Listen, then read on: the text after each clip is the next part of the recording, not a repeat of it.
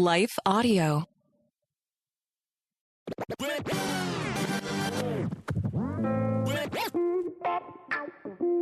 welcome back to our new God's Love for the Unlovable and Gospel Rant series, our new format. We're calling it Vagabond Diaries. We're telling the gospel through stories, through parables. I think it's fun, through dramas.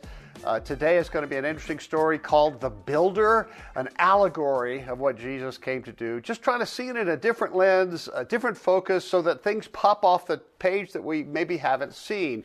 That's the power of storytelling. It sometimes gets beyond our defenses, underneath them, where, sometimes preaching from the pulpit or reading a book on theology just won't do.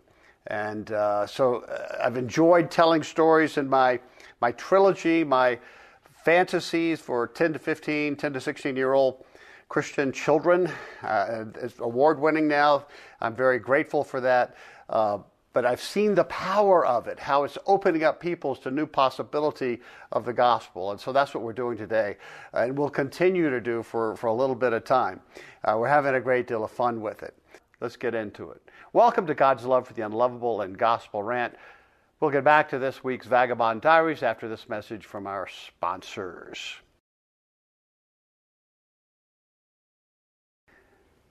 The Builder. The ancient words on the mountain said, "Climb the mountain and live." This was the path to victory and eternity. Oh, there were other mountains, but our people knew that this was the only peak that claimed such a promise. My people lived at the base of the mountain. From the time I can remember, I was taught the rules of climbing. There were very specific guidelines. The technique was carefully prescribed. Our teacher had been to the mountain many times. He had suffered many falls. He was old now and beyond years of climbing. The falls had left many scars. Though he still climbed a little, he would never reach the top. Everyone knew that, but still in our village, he was still considered a great hero. He was one of the few that made it as far as the ridge of the skull.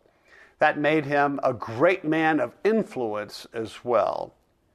I used to wonder what the whole thing was about. As far as anyone knew, no one has made it beyond the skull, we call it for short. It was a 3,000-foot sheer cliff. Not straight up, but projecting out over the climbers at an angle of 80 degrees or so.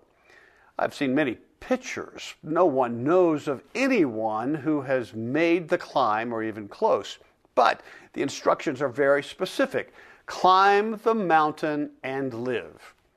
And so, from early childhood, we are immersed in training and climbing techniques. We're taking on bunny slopes and climbing walls from age 5 on. I'm 20 now and will soon be expected to begin climbing the mountain like my father before me and his father before him. There is a cult of non-climbers, that's what we call them anyway. They've been around for as long as Grandpa remembers. They wear rocks from the mountain on a chain around their neck. It's ironic, really. Their founder came down the slopes of the mountain one day claiming that he had climbed the mountain. Not likely. He was not a climber at all. He was a worker, building things for the climbers. My grandpa wondered out loud once that he had probably never climbed a hill in his life. But apparently, many of the builders believed him. They would. Those people are looking for anything to get at the climbers. They probably have insecurity issues, being builders and all. Well, there was so much of a stink that the climbers went to interview this guy to check out his story. Grandpa knew some of the old climbers who were there that day. The guy had uncanny knowledge of the mountain for not having climbed it. But really nothing that couldn't be acquired through reading and studying climbers' diaries that are in every library. But then the guy went on about what was on the top of Skull Ridge. He spoke of the glorious view, the people who live up there who do not die at all. He spoke of the king of the mountain, the one who wrote the instructions on the base of the mountain. He was a great and loving king, he said, even called him Daddy. Well, that pretty much did it.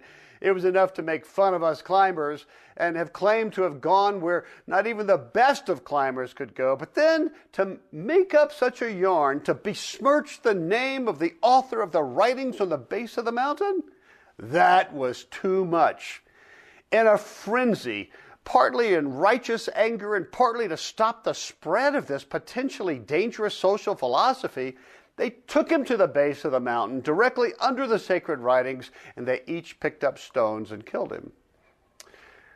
My grandpa, a great climber himself in his day, said that the builder was more dangerous dead than alive, and he wonders if they should have just let him rant and rave for a while longer, and people would have seen him for what he was. We discussed the guy in one of my climbing classes, his movement, the builders. They have a large following now. They claimed that the builder didn't really die, or maybe he died and came back to life. I don't remember the specifics, actually. I can still see my prof's face turning red as he told us about the supposed teachings of this guy, and his voice went up an octave when he said, "Danger!" He reportedly told the other builders that they don't have to climb the mountain. The builder said that he climbed the skull for them. Can you believe it? All they have to do is some airy-fairy thing of joining with him somehow, and it would be as if they climbed the skull when he climbed the skull. It's just not logical. I can't even really explain it because it makes no sense to me. It would be as if I took a climbing test for someone and they were given my A. It's just not kosher. The person didn't really earn the grade, right? Did they now? But believe me, it's no use trying logic on builders. They don't get logic. And even if this were logical, it is not logical that a builder would be the first person to have ever climbed a skull.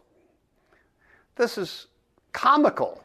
I mean, from my point of view, the movement is mainly attracting losers, people who can't really climb at all. It's a cop-out, really. It makes me mad.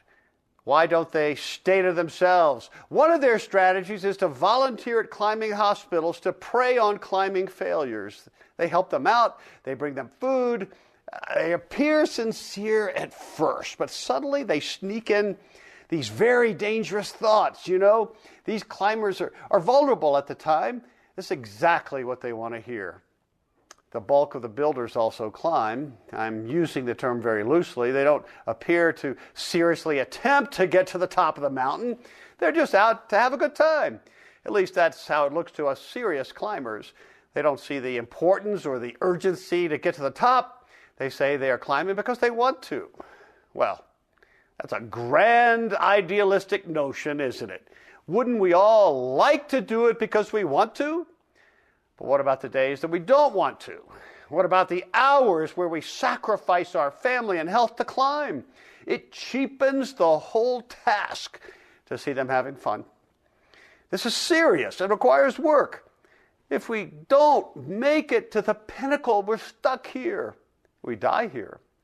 We have to get to the top, and then we can live forever. At least that's what they tell me. The end. All right, let's talk about it after a few words from our sponsors.